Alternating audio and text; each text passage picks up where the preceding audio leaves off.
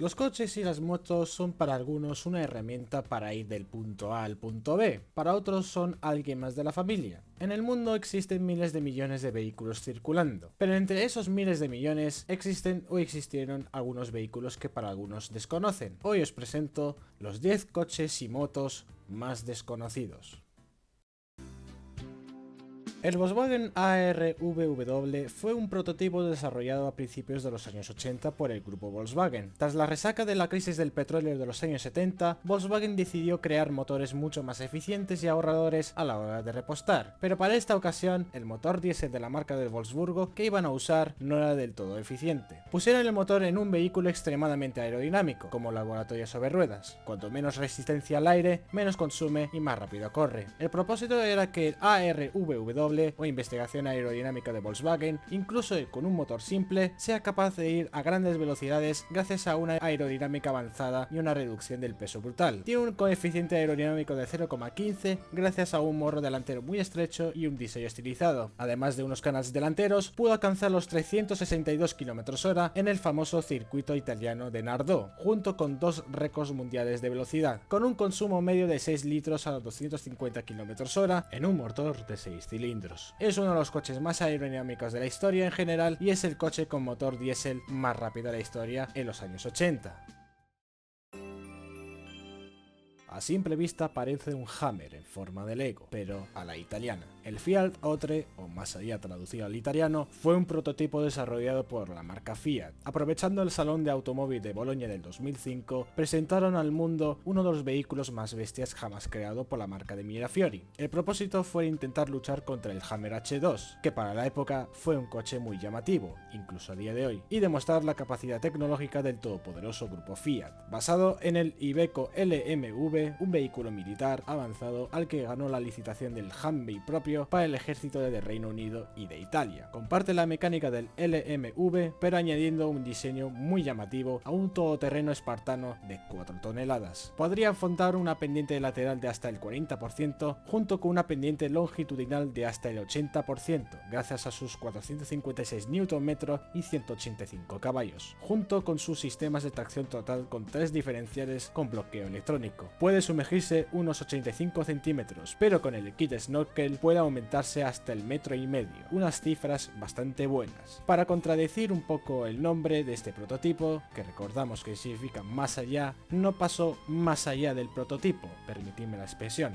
Se quedó en un solo vehículo, con algunas modificaciones mejoradas para poder homologar, a duras penas, para circular por la calle. Estamos a principios de los 90, antes de que estallase la burbuja económica japonesa. Mientras los japoneses tenían dinero debajo de las piedras, los fabricantes nipones crearon grandes vehículos legendarios para cualquiera que se podía permitir un pequeño o un gran capricho. Un Supra, un NSX, un Skyline, incluso un Cosmo. Mientras en Mitsubishi hacían los Eclipse y los GTO, hacían otro tipo de coches como sus rivales, coches para ejecutivos. Pero Mitsubishi quería subir la apuesta y apostar al ejecutivo joven y apasionado por lo deportivo. Así que la marca de los 3 diamantes llamó a AMG para modificar su lujoso Debonair V Royal, una AMG que en los años 80 era un tuneador independiente antes de ser absorbido oficialmente por Mercedes y convertirlo en su división deportiva. Lo destacable es que este coche con un color blanco precioso tenía un body kit llamativo, cambiando el aspecto sobrio y aburrido del Debonair de serie, llantas de aluminio, suspensión más baja y deportiva y un interior más cómodo que tu sofá, además de un volante especial con mucha electrónica de la época con el logo de AMG, para acordarte de que este AMG es oficial y no una imitación cualquiera. Seguías llevando el mismo V6 de serie, pero es más que suficiente para que el dueño pueda sentir que lleva un Mitsubishi más europeo. Un Debonair AMG a día de hoy es una rareza encontrarlo. No fue el único coche fruto de Mitsubishi AMG, también vino el Garant AMG, un coche mucho más interesante y raro, pero eso lo hablaremos en otro vídeo. Tras ser rescatado por General Motors de la bancarrota en el 2002, Daewoo pasaría a llamarse GM Daewoo. A partir de ese entonces vendería sus coches basados en plataformas y modelos de Chevrolet, Holden, entre otros modelos del grupo de General Motors. Y el G2X no es la excepción. El Go to Extreme, significado que le pusieron los coreanos, es un deportivo basado en el Saturn Sky, que si no lo conocéis este coche, en otros países se le conoce como el Opel GT o Pontiac Solstice. Por cierto, existió un Daewoo Speedster, una versión coreana del Opel Speedster que al final se quedó como prototipo. Tiene un motor de 2 litros gasolina turbo alimentado de 264 caballos y 353 Nm, con un reparte de peso casi perfecto. Cuando se presentó el G2X hubo polémica por su precio en Corea del Sur, era casi el doble respecto a su homólogo norteamericano, y para colmo, los expertos consideraban que el G2X debería calificarse como un coche importado. A pesar de llevar el logo de Daewoo, se fabricaba localmente, pero su carrocería lo importaban de Delaware. Aparte de que fue un fracaso, se dejó de fabricar en el 2008, 3 años después, el nombre Daewoo dejaría de aparecer en los coches nuevos de la marca surcoreana a partir de 2011, rebautizado como Chevrolet o General Motors Korea, un modelo y una marca que poco a poco cayeron en el olvido. Daihatsu es conocido por crear Keikas, coches pequeños, ligeros y económicos. A finales de los años 60 se unió bajo el paraguas de Toyota para ayudar a generar ingresos, especialmente en el lucrativo y creciente mercado de los Kei-Car en Japón, y Daihatsu creó el rival del legendario Suzuki Jimny, el Taft. Años después vendría el protagonista de hoy, el Toyota Blizzard, basado en el susodicho Taft. Podemos considerarlo como un mini Land Cruiser J40, el legendario todoterreno de Toyota que hizo historia de la marca después de otra leyenda, el Corolla. El Blizzard solo tuvo 2 generaciones, el LD10 y el LD20, este último basado al Daihatsu Rucker, pero vamos a enfocar en la segunda generación. El Blizzard LD20 era un mini todoterreno pero con un aspecto más urbano, alejándose del aspecto espartano del LD10. Montaba un 2 litros diésel de 2,4 litros y 83 caballos. En el año 85 acabó montándose un motor mucho más potente, el 2LT turbo diésel de 96 caballos. Como es un todoterreno, lleva tracción a las 4 ruedas a tiempo parcial, los mismos que llevan los Land Cruiser 70. Montaban frenos de disco delanteros de serie y en el año 87 sufrió un restyling, reemplazando los faros redondos por faros cuadrados hasta 1990, cuando dejó de fabricarse. Se ofrecía 2 tipos de carrocería, uno tipo capota, que tenía un parabrisas retráctil, y otro tipo furgoneta. A diferencia de sus hermanos de Daihatsu, las 2 generaciones del Blizzard solo se vendieron para el mercado japonés, como por ejemplo en tiendas específicas de Toyota como Toyota Vista, aunque hay algunos Blizzard que también se vendieron fuera de Japón, a través de los mercados grises. Ssanyon, hoy en día KGM, es una marca coreana que se dedica a hacer en su mayoría todoterrenos, algunos con tecnología de Mercedes, pero en el pasado crearon turismos, camiones y hasta autobuses. Pero hubo una época en la que el Ssanyon hizo historia fabricando un vehículo en el que se convirtió en el primer descapotable surcoreano, el Ssanyon Calista. Los surcoreanos compraron la empresa británica Panzer, que fueron los responsables del nacimiento del Panzer Calista para intentar competir con los Morgan y sustituir el Panzer Lima. El Calista se empezó a producir en Corea, ya bajo el nombre de Ssanyon, en 1990. Los motores que montaban fueron de origen Ford. Se mantuvo el Cologne 2,9 litros V6 de 145 caballos y que tiempo después se añadió un 2 litros Cosworth de 119 caballos y de 4 cilindros en línea, reemplazando el 1.6. No hubo cambios exteriores, por lo tanto se mantuvo idéntico el Panzer británico, hasta mantuvo la bandera del Reino Unido. La carrocería era de fibra de vidrio, aunque había versiones del Calista que tenían carrocería de aluminio prefabricada, todo hecho a mano. Los coreanos, que como vendían muchos todoterrenos como el Corando, querían diversificar con la llegada del descapotable coreano-británico, mientras que en Ssanyon puso un objetivo de vender 200 coches hasta mediados de los 90, solo acabaron vendiendo 78 Calista hasta 1994. El prometedor rival del Morgan en tierras surcoreanas fracasó, el precio era muy abusivo y que en Corea del Sur estaban sufriendo una crisis económica. A día de hoy hay muy pocos Ssanyon Calista por el mundo, muchos de ellos en manos de coleccionistas.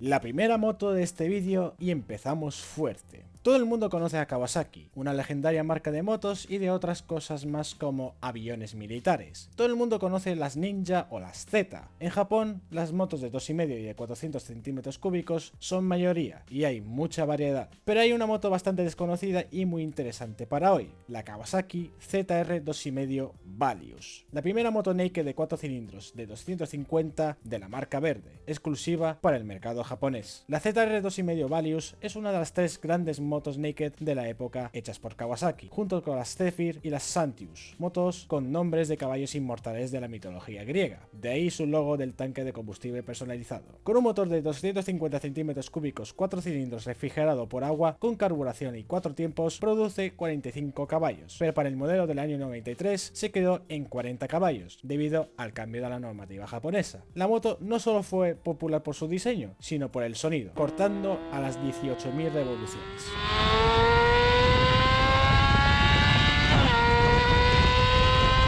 Una moto basada en su hermana carenada, la ZXR 2.5, una moto legendaria en Japón pero muy desconocida fuera del país del sol naciente.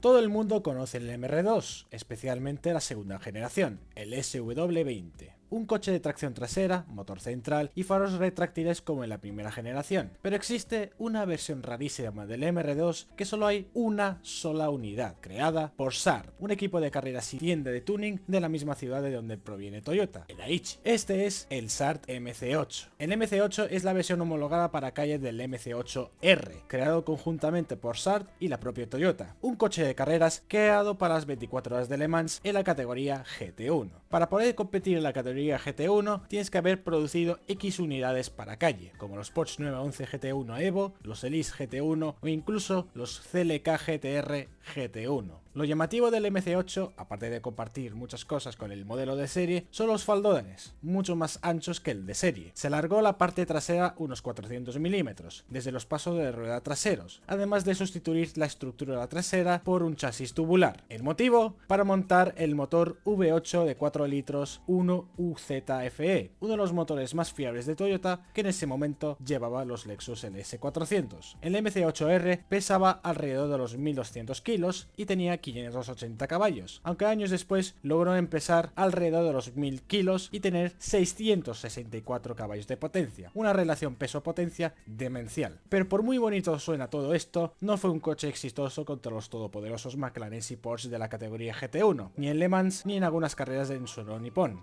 Hoy en día solo existe un MC8 homologado para calle. Hubo una versión más evolucionada para calle, pero de color negro, pero acabó en un desguace abandonado. Así que el dueño del único SART MC8 para calle, que a día de hoy circula por las calles de Japón, tiene una reliquia rara sobre ruedas que debe cuidar con todas sus fuerzas. Un auténtico unicornio que nos gustaría conducir algún día. El Mazda Chantez fue un kei car fabricado por Mazda entre 1972 hasta 1976. Es un coche pequeño, muy ahorrador y muy ligero. Por cierto, en el Salón del Motor de Tokio del 72 crearon una versión eléctrica, el Chantez EV, como parte de un programa gubernamental. En los 70 tenía la distancia entre ejes más grande de su categoría, 2200 milímetros. Pesa 490 kilos y tiene un motor de 359 centímetros cúbicos AA de 2 tiempos y 2 cilindros en línea de 35 caballos, con una velocidad punta de 115 km/h. Lógicamente es un coche lento, pero suficiente para ahorrar combustible por la ciudad. Originalmente Mazda estuvo a punto de meter un motor rotatorio de un solo rotor para el Chantez, el 3A, pero al final no lo montó porque la competencia boicoteó a Mazda, ya que el resto usaban motores de pistón. Fruto de ese boicot, perdió interés en fabricar kei cars y no volverían a ese segmento hasta finales de los años 80, con el regreso del Mazda Carol, que es un Suzuki alto pero con el logo de la marca de Hiroshima. Aunque el Chantez no es un coche muy conocido, una tuneadora legendaria mundialmente hizo popular este coche en Japón. R.A. Mimiya es una leyenda tuneando coches con motor rotatorio, especialmente Mazdas como los RX-7 de varias generaciones. A Mimiya-san decidió tunear el Chantez que tenía y lo transformó en un monstruo. ¿Por qué? Por diversión y porque le gusta la idea de que un coche pequeño tenga muchísima potencia. En su momento era una leyenda de las carreras callejeras del país del sol naciente. Era un lobo con piel de cordero, pero con asteroides. Hasta sale en el manga Yoroshiku Mekadok, antes de que existiese Initial D. La primera versión de principios de los 80, aunque en un principio era para calle, lo acabaron tuneando para drag. Montaba un motor rotatorio 12A, de 2 rotores sacados del Savannah RX-7, y acabaron instalando un eje trasero ensanchado, por aspecto se veía y sonaba muy agresivo, hasta podía hacer el caballito, además de instalar una barra de torsión de un RX-7 y vaciando el interior del K-Car. El Super Chantez rondaría los 600 kilos y 180 caballos, 5 veces más potente que el motor de serie. Hacía el cuarto de milla en unos 12,54 segundos y tenía una velocidad punta de 230 km/h. Absurdo.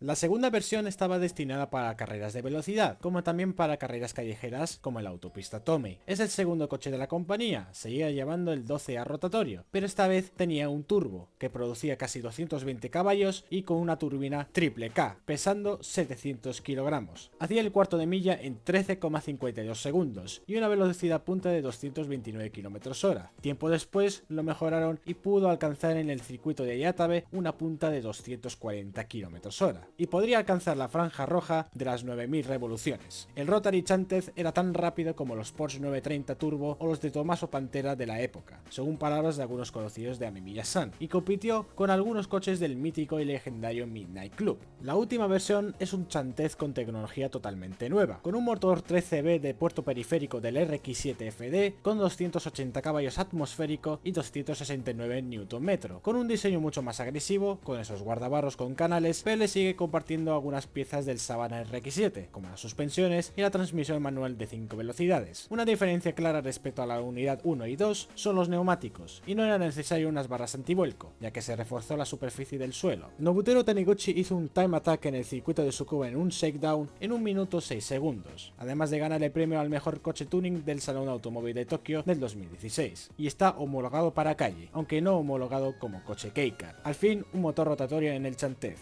Lo que no pudo Mazda, lo hizo Amemiya.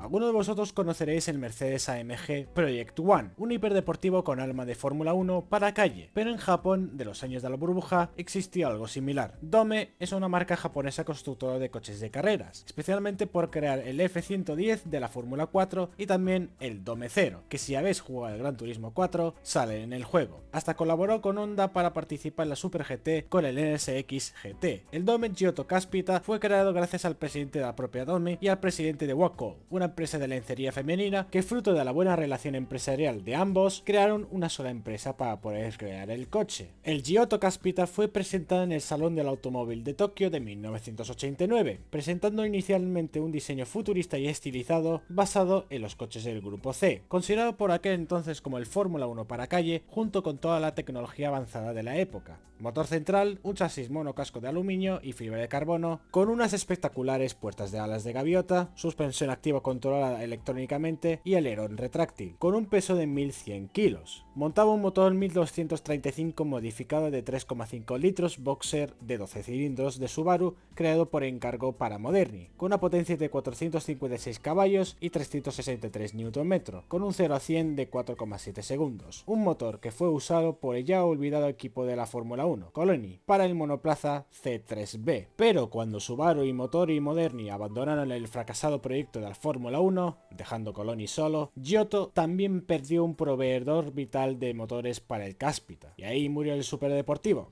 Hasta que el Caspita resucitaría con una nueva versión, con un lavado de cara y un nuevo motor. Esta vez montaría un motor Judd GV V10 de 75 grados de 3,5 litros, también de origen de la Fórmula 1, que pertenecía al extinto equipo Andrea Moda, con su C4B, que antes era de Coloni. Curioso. El Judd tenía una potencia de 585 caballos y 374 Nm, que alcanzaba las 10.500 revoluciones, y con un 0 a 100 de 3,4 segundos. Al montar un V10, el coche pesaba un poco más respecto al de la primera versión, 1240 kilos. Las dos generaciones fueron bien recibidas, y Giotto pretendía lanzar 30 unidades muy limitadas, pero no sucedió. Todo fue bonito hasta que, cuando hay una burbuja económica, acaba reventando. Debido a la crisis económica de Japón de los 90, ya no había demanda de coches deportivos y lujosos, y por lo tanto, y por segunda vez, en 1993, el proyecto Giotto Caspita falleció.